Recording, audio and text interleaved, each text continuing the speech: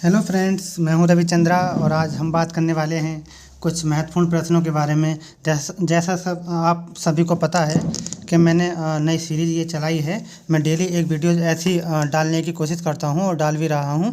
तो ये मेरी आज टेस्ट नंबर 10 है, तो इसको ज़रूर देखिएगा। इसमें हम लगभग 11 क्वेश्चंस के बारे में देखेंगे और ये बहुत ज़्यादा महत्वपूर्ण प्रश्न हैं टीजीटी पीजीटी आने वाले टीजीटी पीजीटी और नेट जेआरएफ के एग्ज़ाम के लिए। तो फ्रेंड्स ज़रूर देखिएगा। सबसे पहला प्रश्न है, आइए देखते हैं। कहा गया है, यानी ये जो क्वेश्चन है फ्रेंड्स, ये नेट पेपर फर्स्ट में पूछा भी गया है और पूछे जाने की संभावना भी है। तो चलिए देखते हैं। कहा है सामान्य वार्तालाप में ध्वनि की तीव्रता होती है, यानी कि जब हम सामान्य वार्तालाप करते हैं तो उसकी फ्रिक्वेंसी यानी इसकी तीव्रता कितनी होती है। 20 डेसिबल, 60 डेसिबल, 50 डेसिबल, 90 डेसिबल।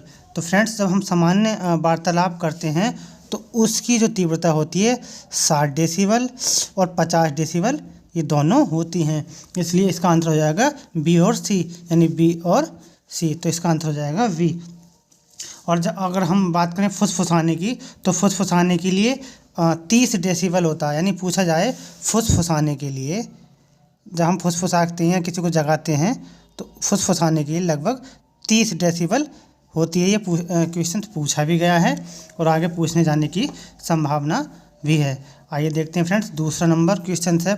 कहा गया है मानव भूगोल का जनक माना जाता है, यानी कि मानव भूगोल का पिता या जनक किसे माना जाता है। तो फ्रेंड्स हम सबको पता है कि मानव भूगोल का जनक रैटजेल को माना जाता है, लेकिन बिलास को मानव भूगोल का जनक नहीं माना जाता है। इसको फाउंडर माना जाता है, यानी कि संस्थापक।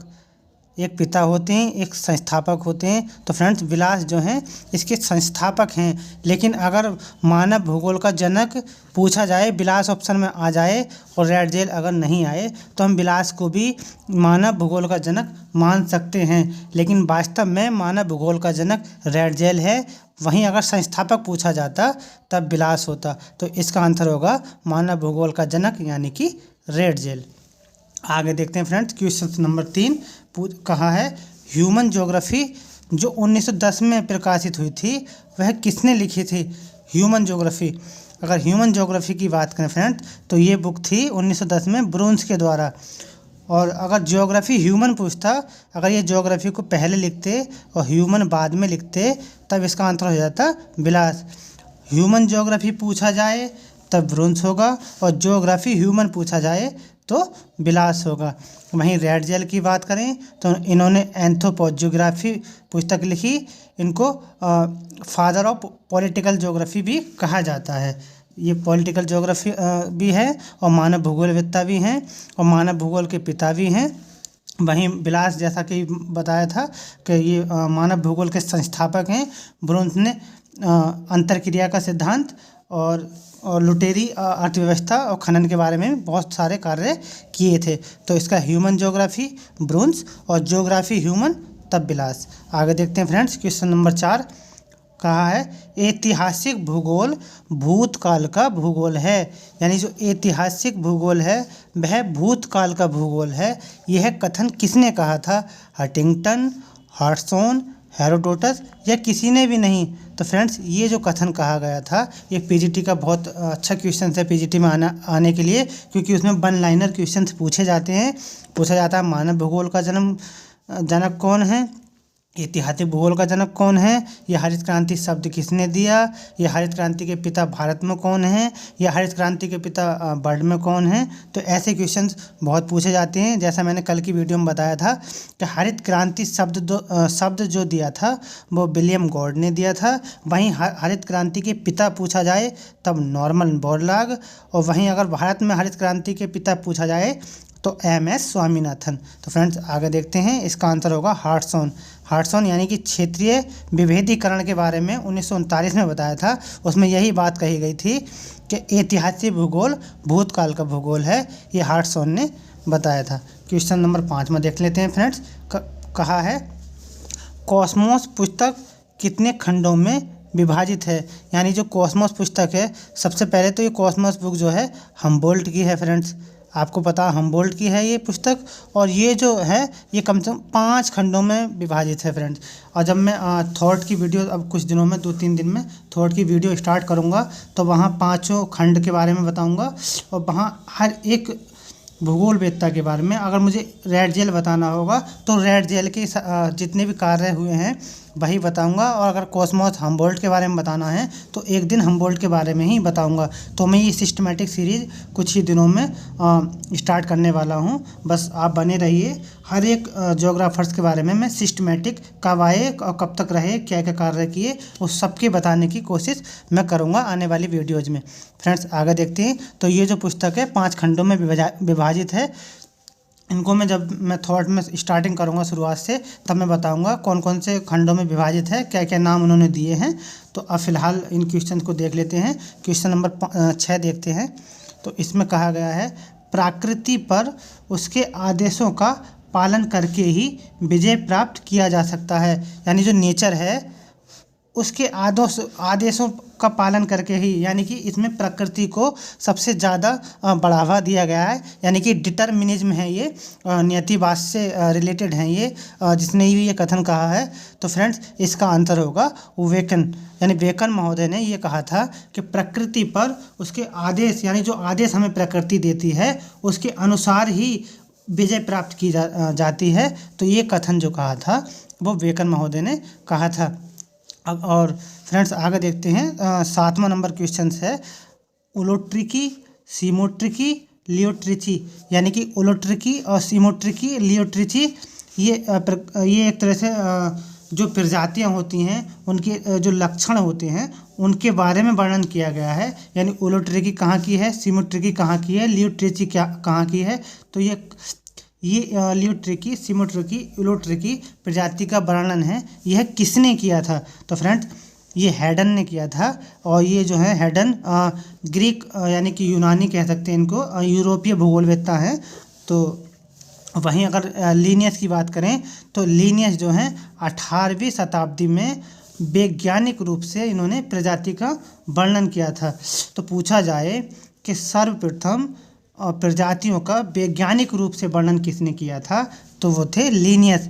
18वीं शताब्दी में स्टार्टिंग हुई थी, तब इन्होंने वैज्ञानिक रूप से, साइंटिफिक रूप से प्रजाति का वर्णन करने की कोशिश की थी। वहीं हैडन की बात करें तो हैडन ने उलोट्रिकी, सीमोट्रिकी, लियोट्रिची, और जब मैं पॉपुलेशन ज्योग्राफी स्टार्ट करूंगा फ्रेंड्स तब मैं बताऊंगा लियोट्रिची का क्या मतलब होता है, सीमोट्रिकी क्या होती है, उलोट्रिकी क्या होती है, हम कैसे पहचानेंगे कि ये लियोट्रिची काकेसाइट के लिए है, सीमोट्रिकी निग्रोइड के लिए है। इस तरीके से क्वेश्चन पूछे भी जाते हैं, और मैं आने वाली वीडियो में हर एक पॉइंट को सिस्टमेटिक और बताने की कोशिश करूंगा कि किस प्रकार से इनको याद किया जाए। इनकी सारी ट्रिकें मैं बताऊंगा जब मानव जाति का वर्गीकरण यानी ह्यूमन ज्योग्राफी, मानव भूगोल जब मैं स्टार्ट करूंगा तब वहां पर ये बताने की कोशिश करूंगा। फिलहाल देखते हैं 7वां नंबर क्वेश्चन है, ये हैडन ने किया था। 7वां क्वेश्चन था फ्रेंड्स, टेलर ने प्रजातियों को कितने भागों में बांटा था। यानी जो ग्रिफिथ टेलर हैं ये ऑस्ट्रेलिया से बिलोंग करते हैं, लेकिन इनको अमेरिकी भूगोलवेत्ताओं में गिना जाता है।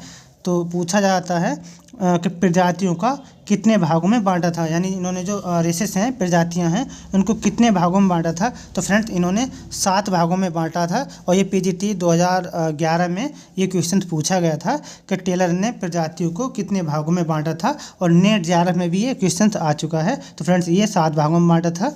आगे देखते हैं क्वेश्चन नंबर 8, कहा है एस्किमो का संबंध किस मूल प्रजाति से है। यानी जो एस्किमो हैं, यानी ये कनाडा, USA में पाए जाते हैं, कनाडा में और उत्तरी साइबेरिया है वहाँ पर ये पाए जाते हैं। तो इसका संबंध किस प्रजाति से है? मंगोलाइड से है, निग्रोइड से है, काकेसाइड से है, निग्रोइड से है। तो फ्रेंड्स जो एस्किमो होते हैं इनका संबंध मंगोलाइड से है। आगे देखते हैं फ्रेंड्स, इनका जो त्वचा का रंग होता है फ्रेंड्स वो पीत वर्ण होता है, यानी पीला होता है। मैं जब ये सब बताऊंगा फ्रेंड्स, जब मैं स्टार्टिंग से वीडियोस बनाऊंगा तो एक एक प्रजाति के बारे में सारे लक्षण और कौन सी प्रजाति के कौन से लक्षण होते हैं, किस प्रकार से उनको पहचाना जाता है और किस प्रकार से इसके आंसर देने होते हैं, मैं सारी चर्चाएं और जब मैं अच्छे से इसको बनाऊंगा, मैंने फ़िलहाल अभी सिस्टम लेने में लगा हुआ हूँ, वाइट बोर्ड ले चुका हूँ, कई सारी चीज़ें मैं ले चुका हूँ। और अब कुछ दिनों में जो है मेरे ट्राइपॉड वगैरह हैं, कैमरा वगैरह है आने वाले हैं। और जब ये सब मेरे पास हो जाएगा तो मैं फ्रेंड्स लाइव आऊँगा, और जब आऊँगा तब मैं इसमें सिस्टमेटिक बताने की कोशिश करूँगा हर एक चीज़ के बारे में तोड़ तोड़ के, कि ये क्या कैसे इनको याद किया जाए, कैसे इनको याद किया जाए, और किसने किस किस किस प्रकार से, यानी अफ्रीका के जो कीव थे उन्होंने किस किस आधार पर बांटा था। और एशिया के थे ग्रिफिथ टेलर थे, और हैंडलबर्ग थे, और हैक्सले थे, और टेलर थे, लीनियस थे। इन्होंने किस प्रकार से प्रजातियों को वर्णन किया, सबके बारे में बताने की कोशिश करूँगा। फ्रेंड्स आगे देखते हैं 9 नंबर क्वेश्चन है, कहा है क्वेश्चन है सुमेलित कीजिए, एक तरफ जनजाति हैं, एक तरफ निवास क्षेत्र है। पूछा गया है एपेक कहाँ की है, एटा कहाँ की है, एल्कालूफ कहाँ की है, अचूबा कहाँ की है। फ्रेंड्स मुझे लग रहा है एक आध दो ही शायद आपको पता हो, क्योंकि सारे नए मैंने निकालने की कोशिश की है। तो जो एपेक है फ्रेंड्स, ये यूएसए की है, यानी एक का दो देखा जाए तो इसमें ही है, तो ये आंसर होगा इसका। वहीं अगर एटा की बात करें तो एटा जो जनजाति है उसका जो निवास क्षेत्र है फिलीपींस में है। वहीं एल्कालूफ की बात करें तो एल्कालूफ जो है दक्षिणी चिली में है। वहीं अचूबा की बात करें फ्रेंड्स तो अचूबा बेल्जियम में है। तो एपेक यूएसए, एटा फिलीपींस, एल्कालूफ दक्षिण चिली, और अचूबा बेल्जियम। पूछा जा सकता है, वन लाइनर में पूछा जा सकता है कि एल्कालूफ कहाँ की जनजाति है, तो एल्कालूफ दक्षिणी चिली की जनजाति है। वहीं अगर अचूबा की बात करें तो अचूबा बेल्जियम की है। एटा की बात करें तो एटा फिलीपींस की है। और एपेक की बात करें तो एपेक यूएसए की ट्राइब से। आगे देखते हैं friends question number 10। Question number 10 है, किस वर्ष विश्व की जनसंख्या 2 अरब वर्ष हुई व 1 से 2 अरब होने में कितना समय लगा।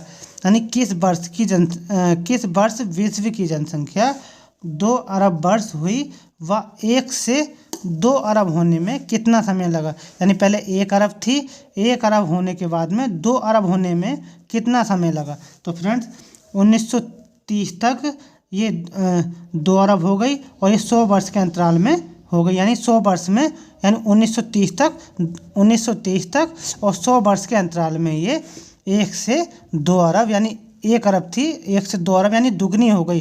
तो 1930 में और 100 वर्ष के अंतराल में, यानी 1850 से और 1930 में, यानी कि 80 सालों में 100 वर्ष के अंतराल में 1 से 2 अरब हो गई थी। फ्रेंड्स आगे देखते हैं 11वां क्वेश्चन थे। बहुत इंपॉर्टेंट क्वेश्चन है ये, शायद आपको ये ना भी पता हो, क्योंकि मुझे लग रहा है ये क्वेश्चन मैंने भी पहली बार देखा था जब मैंने थॉट की वो देखी थी अपनी बुक, उसमें देखा था कि हिंदी में सर्वप्रथम भूगोल शब्द किसने दिया था। यानी कि हिंदी में भूगोल शब्द। वहीं अगर जियोग्राफी शब्द पूछा जाता इंग्लिश में जियोग्राफी, तब हम लगाते एराटोस्थनीज। अगर यहाँ लिखा होता जियोग्राफी शब्द किसने दिया, तब एराटोस्थनीज। वहीं पूछा गया है हिंदी में सर्वप्रथम भूगोल शब्द किसने दिया, तो फ्रेंड्स ये थे आर्यभट्ट। आर्यभट्ट की पुस्तक थी फ्रेंड्स आर्यभट्टीय। तो उसके आर्यभट्टीय में इन्होंने ही बताया था कि जो सूर्य है वो पृथ्वी के केंद्र में स्थित है, लेकिन उनको जो यूरोपियन थे, ग्रीक थे, उन्होंने स्वीकार नहीं किया था, अस्वीकार किया था कि ऐसा नहीं है कि सूर्य ब्रह्मांड के केंद्र में है। लेकिन बाद में जब पूरी रिसर्च हुई तब पता चला कोपरनिकस के द्वारा 1543 में कि जो हेलिसेंट्रिक के बारे में आर्यभट्ट ने बताया था वो बिल्कुल सत्य बताया था कि सूर्य ही ब्रह्मांड के केंद्र में स्थित है। तो ये जो है बहुत समय पहले ही बता चुके थे, लेकिन जो यूरोपियंस थे उस समय यूरोपियंस का ही बोलबाला था, तो उन्होंने इस बात को स्वीकार करने से मना कर दिया था, क्योंकि अगर वो स्वीकार करते तो कहीं ना कहीं उनकी जो छवि थी वो बिगड़ती कि एक भारतीय ने इस तरह का काम किया है, तो इसलिए उस बात को वो नकार गए। और उन्होंने बताया कि ऐसा नहीं है कि सूर्य ब्रह्मांड के केंद्र में है, तो उस बात के नहीं माना गया। लेकिन जो उनकी आर्यभट्टीय पुस्तिका है उसमें साफ साफ लिखा है कि जो हेलियोसेंट्रिक की अवधारणा है आर्यभट्ट ने उस पर खूब कार्य किया था। तो फ्रेंड्स देखा जा, अब इस आंसर को देख लेते हैं। पूछा है हिंदी में भूगोल शब्द, तो उन्होंने आर्यभट्ट ने दिया। वहीं जियोग्राफी शब्द पूछे तो जियोग्राफी जो है जियोग्राफी इंग्लिश में जियोग्राफी, तो इंग्लिश में जियोग्राफी का काम किया था वो एराटोस्थनीज ने 3rd VC के अंदर किया था। तो फ्रेंड्स ये आज की वीडियो रही है। अगर अच्छी लगी हो तो फ्रेंड्स लाइक कर सकते हैं, शेयर कर सकते हैं, सब्सक्राइब कर सकते हैं। और फ्रेंड्स अगर ऐसी वीडियो अगर डेली चाहते हैं तो फ्रेंड्स कमेंट बॉक्स में ज़रूर बताएं। मैं रोज़ एक नए से नए क्वेश्चंस लाने की कोशिश करूंगा जिससे आने वाले एग्ज़ाम में काफ़ी हेल्प मिले। तो फ्रेंड्स आज के लिए इतना ही। थैंक यू सो मच, धन्यवाद।